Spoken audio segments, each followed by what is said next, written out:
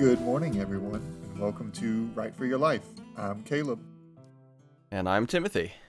If we sound different this week, or particularly if I sound different this week, it's because we're trying some new audio stuff, trying to reduce a lot of that noise and vibration that you hear coming from my mic. So hopefully this is better. It's almost certainly not going to be worse.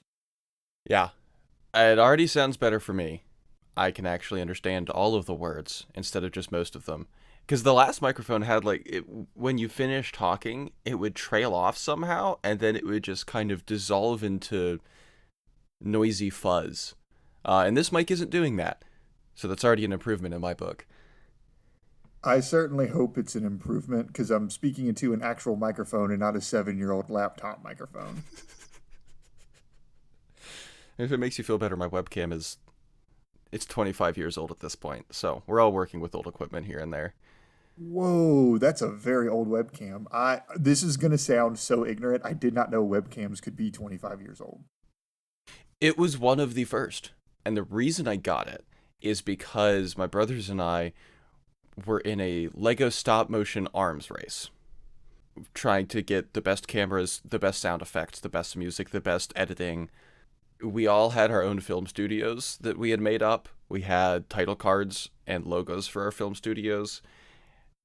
I have all of the stop motion videos, actually. Some of them are genuinely pretty good. You have these stop motion videos. Yes. Oh, we are going to have to upload these somehow, some way. instead of doing reading one of your Substack writings and analyzing it, we'll just analyze a stop motion video I made 15, 20 years ago. Honestly, I'm not opposed. I am definitely not opposed. I would love to see what 13-year-old Tim was doing with his time. I was making a stop motion video that was probably 2 seconds long, but I managed to stretch it into, I want to say, a minute and a half with the creative use of opening and ending credits. The entire plot was that there's a person in a room, like a Lego person in a room, and then a spider comes up, and then she screams, and then she squashes it. And that's the movie. Incredible. That will be posted to our socials at some point. I'm gonna hold Tim to that. Also, we have socials now. Go check out our TikTok and Instagram. We haven't actually made them at the time we're recording this. I'm just assuming what we're gonna make. Putting a lot of faith in us. I am, but I don't know. Let's make a decision. TikTok and Instagram, Twitter. What are you feeling? I feel like TikTok and Instagram are probably the two easiest. I don't know if we'd have a huge demand on Twitter. I mean, I think Twitter would just be like ooh, we're recording, we're posting, yay. I know nothing about Twitter. Well, we could also post little quotes from the podcast, maybe. But also, I don't know if I want to be involved in Twitter. Twitter's sort of a bad place. Just for different reasons now than it was earlier. Yeah. I don't have, you want to get in the writing for this week? Yeah, we are all over the place. As opposed to Monday when I was incredibly tired and had nothing in me. I have gotten enough sleep now, so I'm full of energy. I've got my tea. I'm making sure to not drink it while we're talking about important things, so I can cut out the sound of me drinking tea. And I'm ready to listen to this recording. Amazing. This week's is Once More.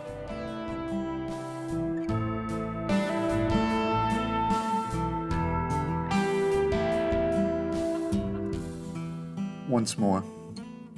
Josh vomited into a trash can. He hadn't done it in a couple of weeks. I must have pushed him harder today than normal. It was that or the already suffocating humidity that made him gag up whatever breakfast he had. From the sounds of it, it wasn't much of one. How many more times do we have to do this? He said between gags. Once more, I replied, sitting on the grass a few yards away while trying to wipe away sweat from my face. He wiped his mouth and looked towards me, but he still kept his head over the trash can, just in case. You said that 3 times ago, and you said that all day yesterday, and the day before that, and the day before that. Because it is true. We have to do this once more. And after that, we will have to do it once more. I may or may not have been lying. I was never fully sure how many times we had to do it. That was never really the point. Josh gave a few more dry heaves before raising his head back up. How many times in total?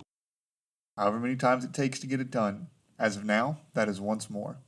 After that, we will see. His nausea finally subsided enough where he was able to stand up again. I joined him by rising off the grass and tossing a water bottle to him. He gave it a squeeze and rinsed his mouth out a few times before taking a drink. He tossed it back onto the grass where it landed with a solid thud and a quick squeak of water from the top. We both looked up to the highest seats in the stadium. How many steps is it up there? He whined. 106.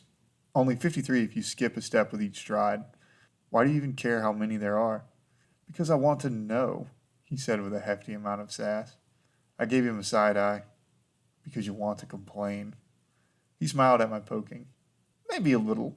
Wait a second. If it doesn't matter, why do you know how many there are?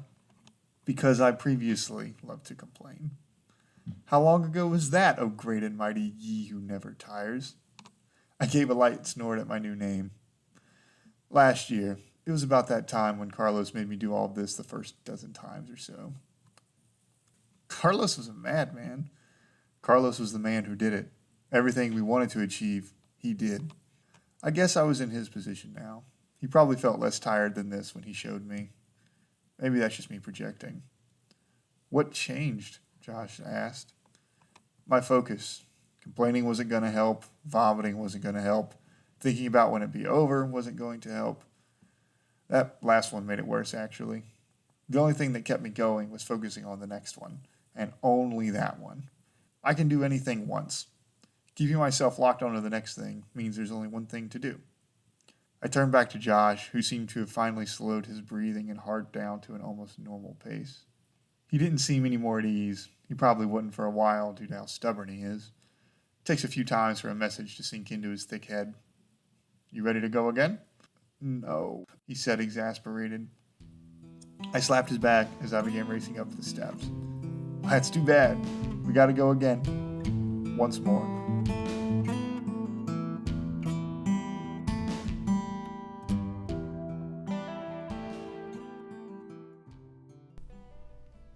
So, what did you think? I really, really, really like this one. I think that is my standard comment, and that's fine. I'm going to stick with it.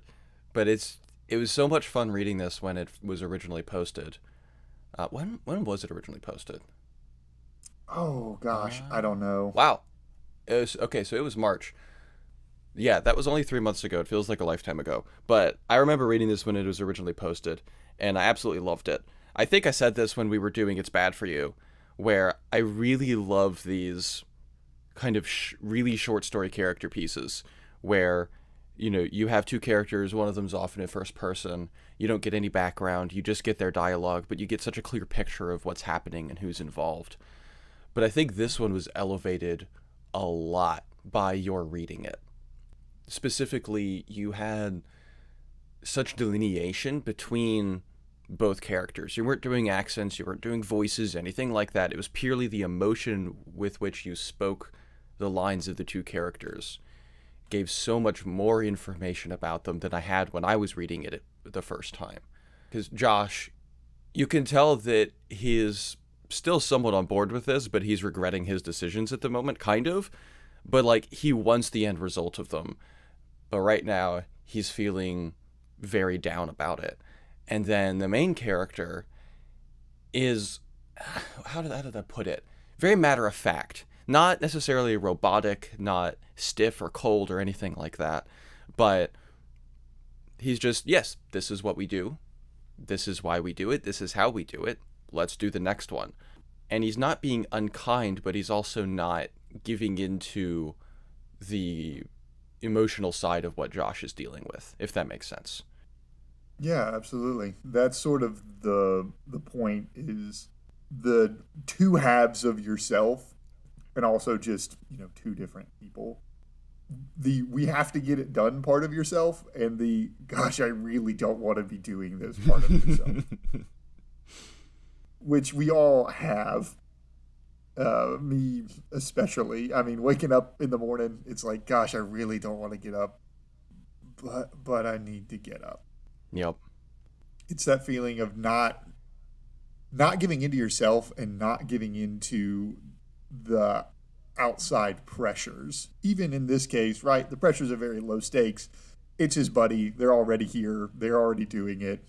Who knows for how long? Who knows how much longer they have? Even the main speaker in this also doesn't know how long they have. Yeah. So it's about that going until it's done. So I hadn't considered that it was two sides of yourself essentially, but that makes a lot of sense. It's a study of these are kind of the two struggles you deal with, or the how you deal with struggles.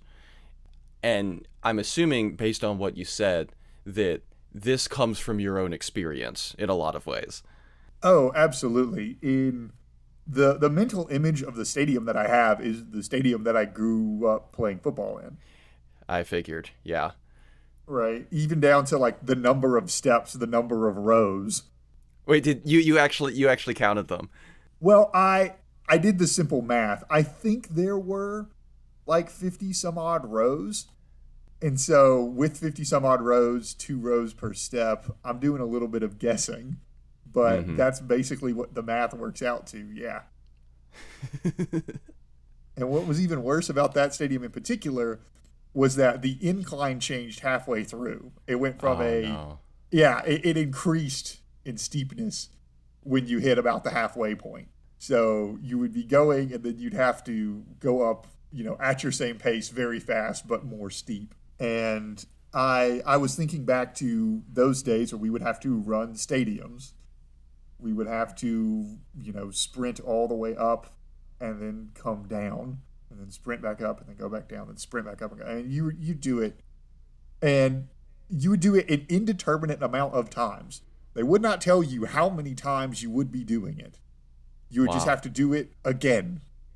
So is this the mindset that you eventually got into? Was the like during that it was just, hey, we're just gonna do it once more, and that's all you were focusing on? Yeah, it is, and it's a partially a coping mechanism, honestly, because it's like we're gonna be doing it once. Like, okay, we have to do it just once more. Just do it again, and then you get done with that one, and you're like, okay, let's just do it again. And there are other people that were, like Josh in the story. How many more times do we have to do this? How many more times is this gonna be happening? When's this gonna be over? What time is it? And it's like, brother, that is not gonna save you. So it is this like two halves of a person and also two different people. And when you're doing something very difficult or very challenging, you're gonna reach this point where you're gonna have to ask yourself, okay, how much longer do I want to keep doing this? How much longer will I be doing this? And what purpose am I doing this for? And is the purpose that I'm doing it for worth doing this again? Hmm. So does that mental process translate into your life now at all? Oh, absolutely. In so many ways and in so many things, right? Like including this. This isn't easy. Yeah. It's simple, but it's not easy to wake up consistently early in the morning before work and spend this time editing or recording and then going to work and then working all day and then coming home and editing some more and writing some more on top of any yard work that has to be done, on chores that have to be done, on taking care of my 3 lovely and occasionally annoying cats. All of this stuff, it's simple, but doing it consistently is not easy. And so having to rededicate yourself to those things is what keeps you going, and having the mentality of just do it again for the next day and just do it again and just do it again. Just once more. Just do it one more time. Yeah, I know I've struggled with that as well, with especially morning routines, because as much as I am a morning person, when the room is cold and you got a couple blankets and you're situated just right on the mattress and all that, it is tough to leave. And I know I'm going to be leaving this comfortable, warm, cozy bed to do something that in the end will make me feel better. I will have a better day because of it. But in the moment, I know it's just going to be physical pain. Or in this case, I'm going to be talking for a while and thinking and, all of that stuff. It is tough to make the end goal worth it in those moments. And normally what works is not thinking about the end goal for me and just saying, hey, you got to do this. Just accept that you got to do it. Don't worry about what comes afterwards. And just do the thing that you decided you needed to do. Because the you that was more sentient and had more critical thinking skills decided that this was a good idea. So just listen to that part of yourself and go do it. It's like that person who commits to getting in shape like the night before, and they set the alarm, and the alarm goes off, and they're like, nah. If you allow yourself any more decision making beyond the once more, that's when you get into trouble in situations like that. Yeah, kind of a rule is like, don't make decisions when you're tired. Don't go shopping when you're hungry. Listen to the version of yourself that could properly make the decision. Mm-hmm. Because, again, of course you want to sleep in when you said that you were going to get up early, right? Of course you may just want to go to bed when it's the end of a long day, but you need to get something done. And again, it's not easy. I'm not going to say that it's easy. I think anyone who says that it's easy is ridiculous. But we do hard things to make life better. Not because doing hard things is easy, but because in the long run, difficult things are worth it. Even when you're throwing up in the trash can at, for me, 6:15 in the morning, which happened every Monday for 2 years when I was at football practice. Man, now I just feel bad about my morning routine. It's kind of plush in comparison. Well, to be fair, I was in high school.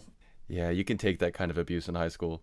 Yeah, obviously. And I think it was nerve. I never understood why I did it. I literally think it was just nerves. For practicing a sport that I played for a very long time. I also got punched in the throat one morning, but it was an accident. Intentionally? No. It was an accident. Oh, okay. That's less interesting, but also interesting. Yeah, I don't blame him. It happened. He punched me in the throat, and then everybody was like, whoa, what just happened? Because I'm like bent over, like not able to breathe.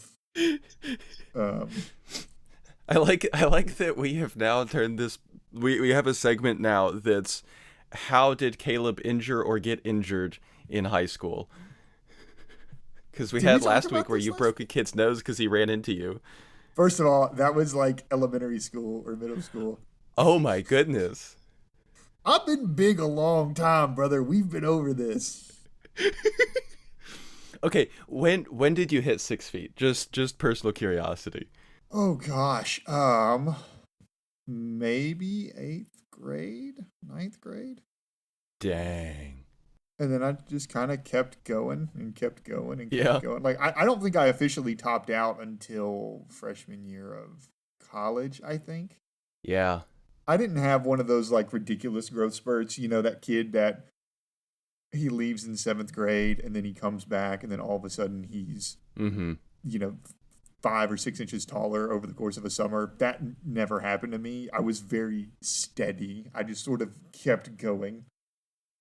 Despite the horrors, we persist. It's a very fitting metaphor for your life that you just kept getting bigger and bigger despite everything. I mean, if you've known me for very long, I'll do more things out of spite than I will anything else. Oh, absolutely. Yeah, it is the strongest motivator. At least for me it is. I don't recommend it for everyone. Spite may not be for everyone. Consult your doctor before prescribing.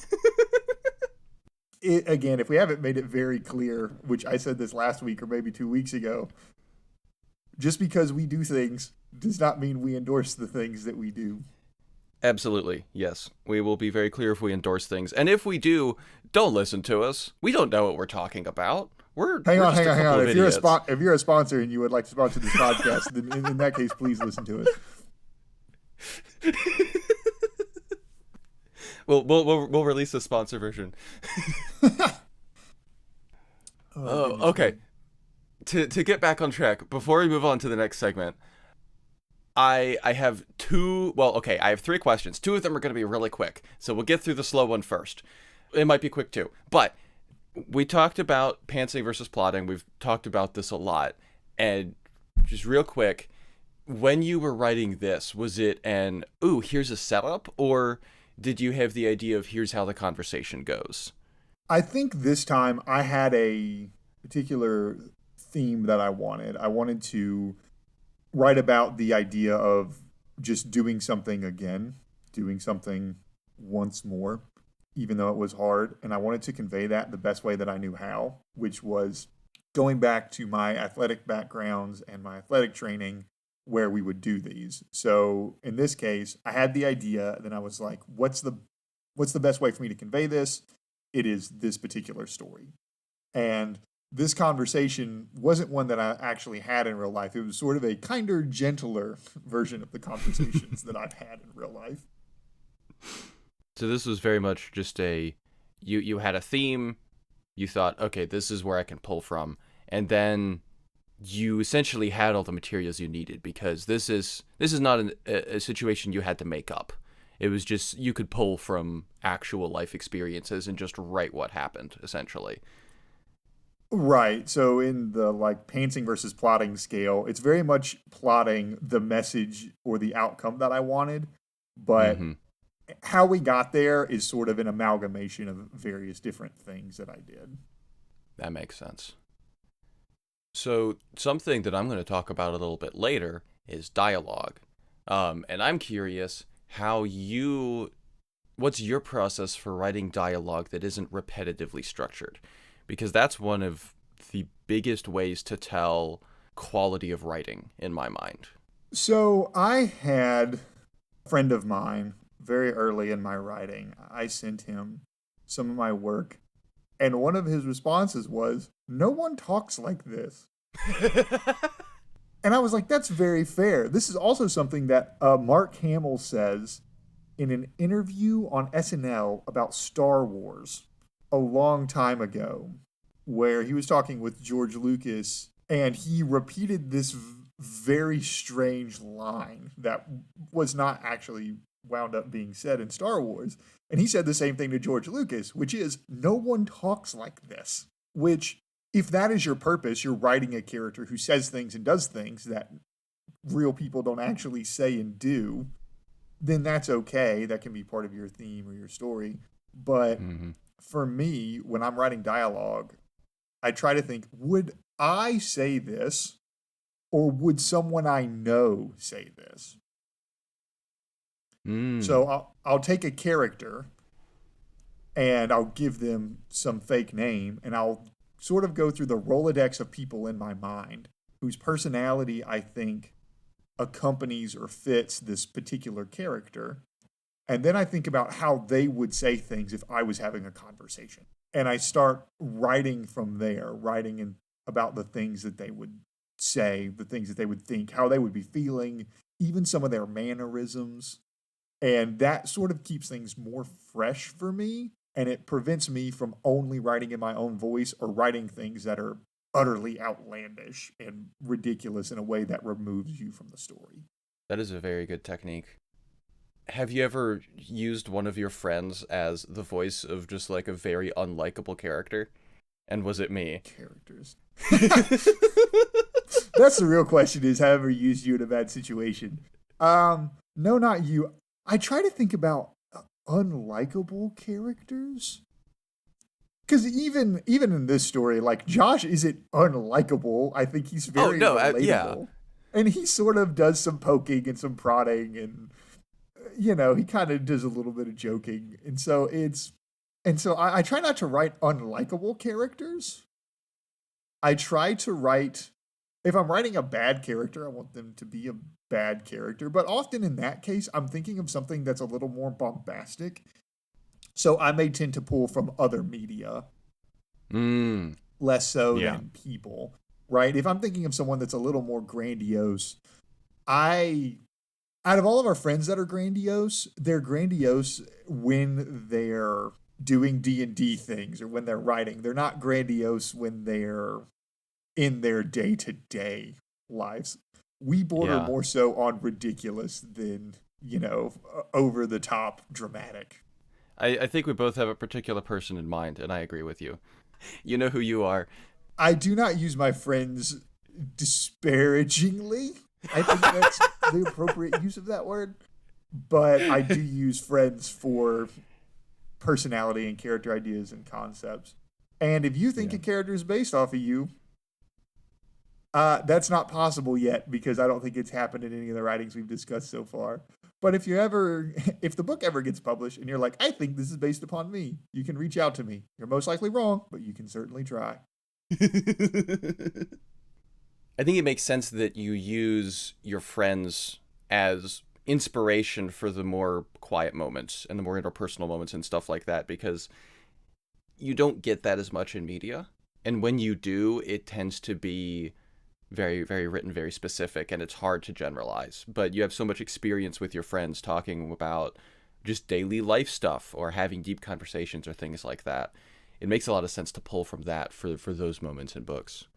Right. And if you can be more creative with it, you can even apply it to some of the not so quiet moments, especially if you know someone very intimately or very deeply, Mm-hmm. right? I mean, we have a group of, I don't know, 8 to 10 friends together that I would say I could think how they would react in this completely made up situation that is never going to happen in real life because Oh yeah. I've known them long enough. Yeah, you could make one of them a supervillain and put them in a comic book and know exactly what their plot would be.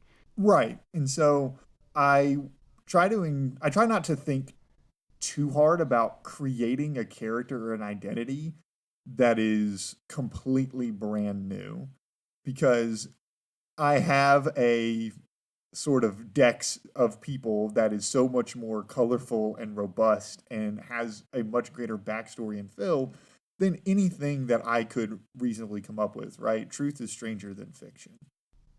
Shall we get into the next segment? Let's do it.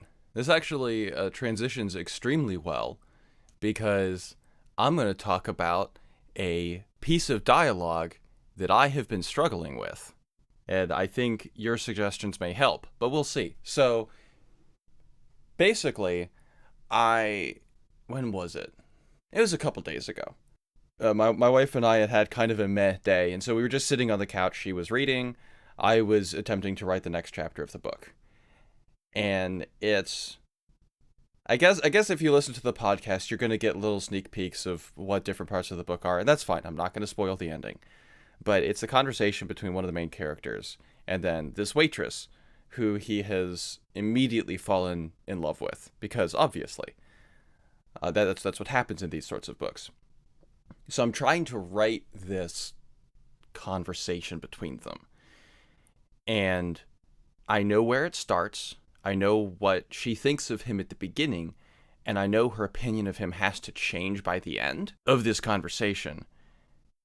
But it is very difficult to get it to feel right. There is a point where I haven't plotted things out. Like, I know what this conversation needs to be. I know how it flows. I know the topics that it goes through, but I don't know the actual dialogue. I don't know how it happens.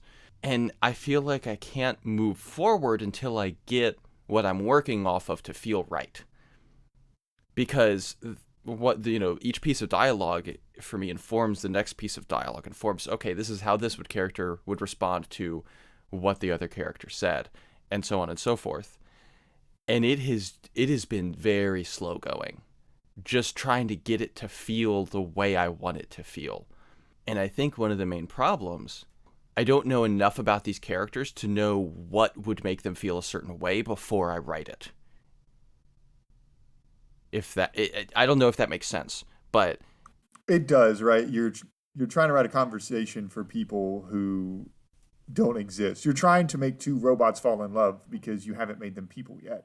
yeah, no, that's exactly what's happening.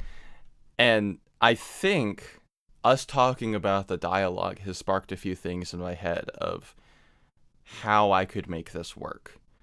The funny thing is, you said he immediately falls in love with this particular waitress that he meets. And in my mind, I had a person immediately. I knew someone immediately that I was like, if I had to come up with someone that someone's going to immediately fall in love with, I know who I'm picking. I have like two or three people I can pick from where I'm like, call Olivia Dean. It's so easy to fall in love. Do I know any of these people? Oh, yes, you do. Okay, after we finish recording, we will talk for inspiration. Absolutely. And then we can leave them wondering who it is. If you think it's you, reach out to one of us. You're probably wrong, but One lucky winner will receive a $100 gift card to whoever wants to sponsor us. Oh, goodness me. Yeah, but that's what I've been working on. In contrast to the first part of the book, the first two chapters, which just came together so quickly. It was like bam, bam, bam. I'm done. I know exactly what this is about. I knew this chapter was going to be tough. And honestly, I might start over and rewrite it. I don't know. But sometimes it's like that. Sometimes it comes together, and then other times it's just a slog, and you just have to push through it. And I know it won't be perfect. I know I'm going to have to go back through and revise it, and I have made myself okay with that. But I still just need to get through it so that I can move on to the next sections. Sometimes it's exceptionally beneficial because you can write it, and then maybe the rest of the story will inform more about these two characters. Mm-hmm. Or you'll write it, and then you'll be like, oh man, this is so bad. And then you'll read the rest of the book, or you'll write the rest of the book and come back and be like, actually, this fits in more nicely than I thought it did. Or you'll come back and be like, oh no, this is actually bad. But then at that point, you have more experience. But also, something that I tend to find is I'll find a really good nugget in here. I'll find a good anchor where I'm like, this is a good idea. I just didn't go far enough with it, or I didn't explore it correctly. And that will make it easier. That does give me some hope, because I'm sure I'll find at least one nugget in my awful dialogue. Well, what have you been working on? Mostly it's been editing. It really has, because we're creating a backlog. So we are recording every Monday and Friday for right now. And I try to finish editing the previous episode before we get to the next one. So every morning I wake up and I do editing, and then I'll get home and I'll try to do some writing things, but it's occasionally been looking for agents. But since we're trying to build up that backlog, it is mostly me still coming home and continuing to edit, which means I'm getting faster at it. Yeah, but we're also making the episodes longer, so. Right. We're also making the episodes longer, and we're also, working hard on some other stuff to sort of make this thing a little bit bigger, make it an actual thing. I guess this is an actual thing. I don't want to downplay what we've done so far. This is an actual thing. I don't know. I'll say the cheesy thing. Our dreams are currently bigger than us, but right now we have only us. So we have to do whatever we can with whatever we got to eventually get to where we would like to be. Yeah, that is a very good way to put it. Yeah, that means taking more time, more effort, more energy than we currently have. And to bring that back around to the reading, we just got to keep doing it once more. Just keep doing it once more. And this is something I've written before, right? Like, we need everything we got, but we got everything that we need. So, once more. What's been keeping you inspired this week, man, as we continue to try to do once more? Yeah. I had thought about this yesterday, and I had a thing, and I didn't write it down. Oh, no, I remember it. He remembers. Yes. We got there eventually. Hang on, let me drink a celebratory sip of tea. That was more like a gulp than a sip, but here we go. Okay. So, I have been doing some fairly repetitive stuff at work, which means Sometimes I'll throw on a podcast, sometimes I'll throw on a TV show. What I happened to do this week was throw on a series of YouTube videos, and one to two of my listeners will be very excited about this. I watched through the backlog of The Show That Goes Wrong.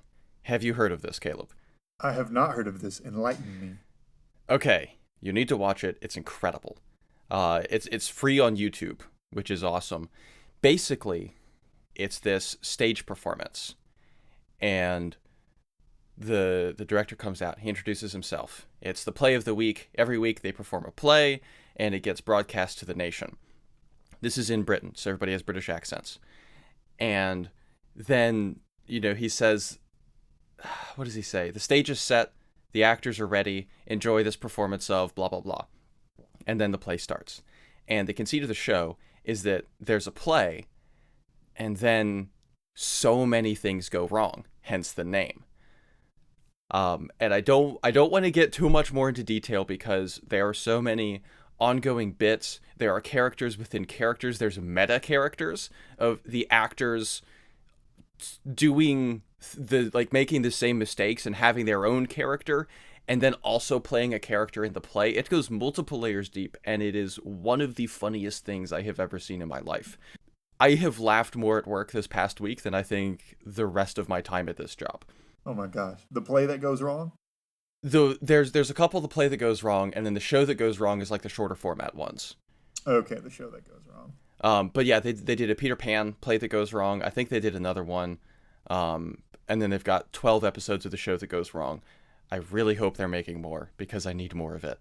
It's really funny. But the thing I was thinking about is comedy, because I am trying to write a book that I won't say it's a comedy, but it is supposed to be funny to read. I'm not trying to write an uproariously hilarious book, but I want, when people read the book, I want them to be amused. That is the emotion I'm going for. And so I've been thinking a lot about comedy. I've been watching a lot of Taskmaster. Go watch Taskmaster if you haven't. Season 19 is the best season, but watch from the beginning. It's so good. Series 19, sorry. They're also British. Anyway, so I've been thinking a lot about comedy, and I was watching The Show That Goes Wrong. And the thing that stood out to me the most was how they managed to make every character funny, and how they managed to use them in such different ways without demeaning them. I shouldn't say without demeaning them, without reducing their character. So there's sometimes in comedy you'll hang on, let me go back. There's a better way to say that. The thing that struck me is how they made the characters funny. Because sometimes in comedy, you'll just have, oh, it's pure slapstick. And there's good slapstick, and then there's mediocre slapstick. And then you'll have the character who's kind of stupid. And there's good ways to do that and bad ways to do that. And you'll have the character who always gets their dreams crushed. And again, there's good and bad ways to do that.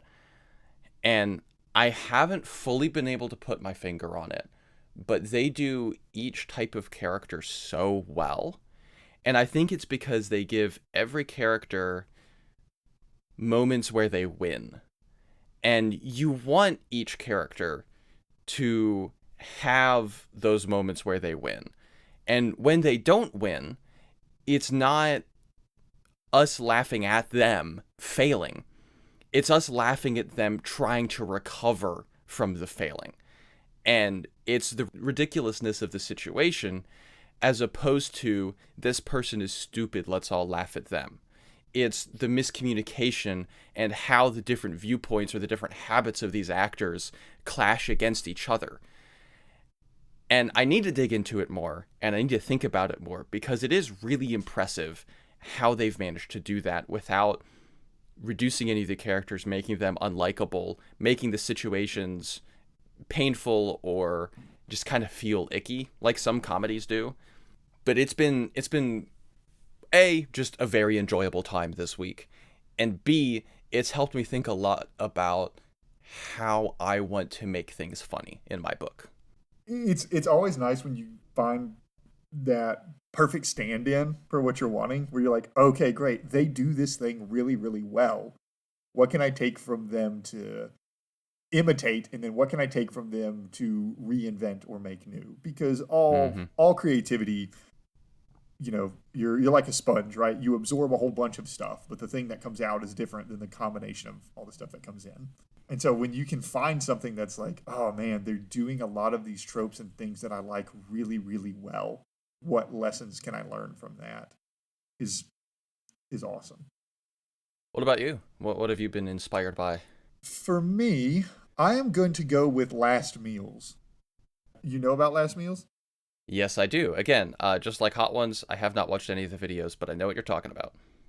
Yeah, so Last Meals is a YouTube show put on by Mythical Kitchen where they will invite celebrities on and they will walk through their last meal. The premise is this is your last meal on earth. It can be whatever from wherever, whatever. We'll make it and then we'll sort of walk through this, right? And it's not really a walkthrough of their career more so than it is a walkthrough of their person, which I find that to be more in depth than Hot Ones, but it's also there's such a strong level of sincerity because the host Josh cares so very deeply about the meal and the person and the experience that they're going through. And the three that I want to plug specifically is Matthew Lillard. Yes, the guy that plays Shaggy. The recent one that they did with Millie Alcock, who's going to be Supergirl, I had heard no media from her, knew nothing about her. Fascinating meal choices and fascinating perspective. And then Alton Brown. Mm, One person you expect to be very sincere, right? Like Alton Brown, you sort of expect him to be like likable and sincere and that sort of thing. yeah. He sort of built his reputation off of that. But Matthew Lillard's very like flamboyant and ridiculous and boisterous. But there's also because of the format of the show, which is we're walking you through your last meal, which tends to be a combination of things that are very special, whether it's from your childhood or like the first meal that you had when you like realized that you made it, or something that takes you back to a very special place and point in time. And it draws out these stories from people that you normally wouldn't get otherwise. And it really makes you think about life and death and remembering, like how will you be remembered and how do you want to be remembered? And they always end the show with like, what do you think happens when you die? And that brings out this sort of existential part of people Mm-hmm. because it is, oh man, like what do I believe happens when this is all said and done? Something from Last Meals I thought about while you were talking about your show was you tend to write more comedy. You try to write more funny things that lean toward comedy, and I try to write Yeah. more atmospheric, spooky things that lean toward horror. And Marlon Wayans was on Last Meals. He was on specifically for the movie Him, which is a horror movie. And if you know anything about Mm-hmm. Marlon Wayans, he's done White Chicks and the scary movies and those sorts of things, right? And so he talks about how sort of comedy and horror work hand in hand because it's trying to elicit a specific emotion out of people. Mm-hmm. And so it's setting proper atmosphere and tone to get the audience to experience this thing that you're wanting them to experience. And that sort of reminds me of me and you, Yeah. Yeah. where our goal when we're writing and even doing this is to try to get people to feel the way that we want them to feel and engage the way that we want them to engage. And I just found that to be very beautiful and very inspiring. So go watch some of those. Your favorite actor or actress has probably been on there. They've had Elijah Wood, they've had Hugh Jackman, they've had Millie Alcock, they've had the Jonas Brothers, they've had a lot of different people. I did not realize that show was that deep. I thought it was more of a, oh, we're gonna make some food and interview a celebrity. But that sounds like something I need to go watch. It is. I recommend it. And there's a lot of great. Terry Crews has been on. Oh, that sounds fun. Oh, Terry Crews on it. He was phenomenal on there. Again, Yeah. we're plugging very popular things that a lot of people know about. But it's things that, are inspiring. Yeah. So, are you prepared to be existential on a Thursday? Was what I was thinking yesterday, listening to Millie Alcox, where she was going into this like deep, deep philosophical things, and I'm walking around at, 11:30 on a Thursday at my job, being like, well, this is a pleasant thing to think about. That sounds like a surreal experience. No, it is. It's amazing. Can't recommend it enough. Yeah. Well, let me know when they get a Bollywood actor on there, because until then, I'm not interested. Let me go through their backlog. Let me see who they've had. I doubt they've. I mean, Kumail Nanjiani is like the closest I can think of somebody they might have had on there.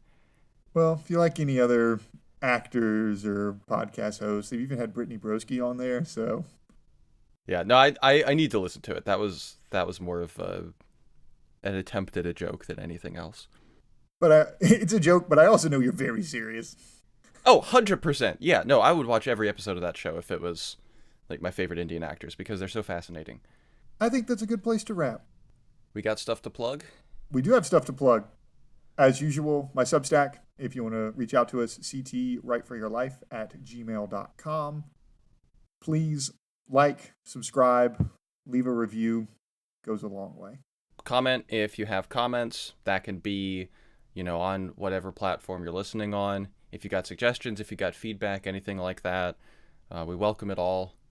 And definitely do go subscribe to Caleb's Substack, because it's really good. The writing he put out Wednesday, absolutely phenomenal. I can't wait to talk about it. I'm not even going to say the title, because I need people to go to the Substack and read that writing. It's the one that came out on this June 17th, because we're going to post this a couple weeks from now. Super, super good. Go subscribe to that. It's a really nice way to start your Wednesday along with this podcast. And there's little subtitles underneath a lot of his writings that we don't read on air. So that's a little bonus content you could go get. The Substack lets you have a sneak peek into the future. Ooh. That completely cut out on my end, but I think it's very funny. I can imagine it in my head. Also, we have socials now. We talked about this at the beginning of the episode of we're going to create them. By this point, they are created. So go follow us.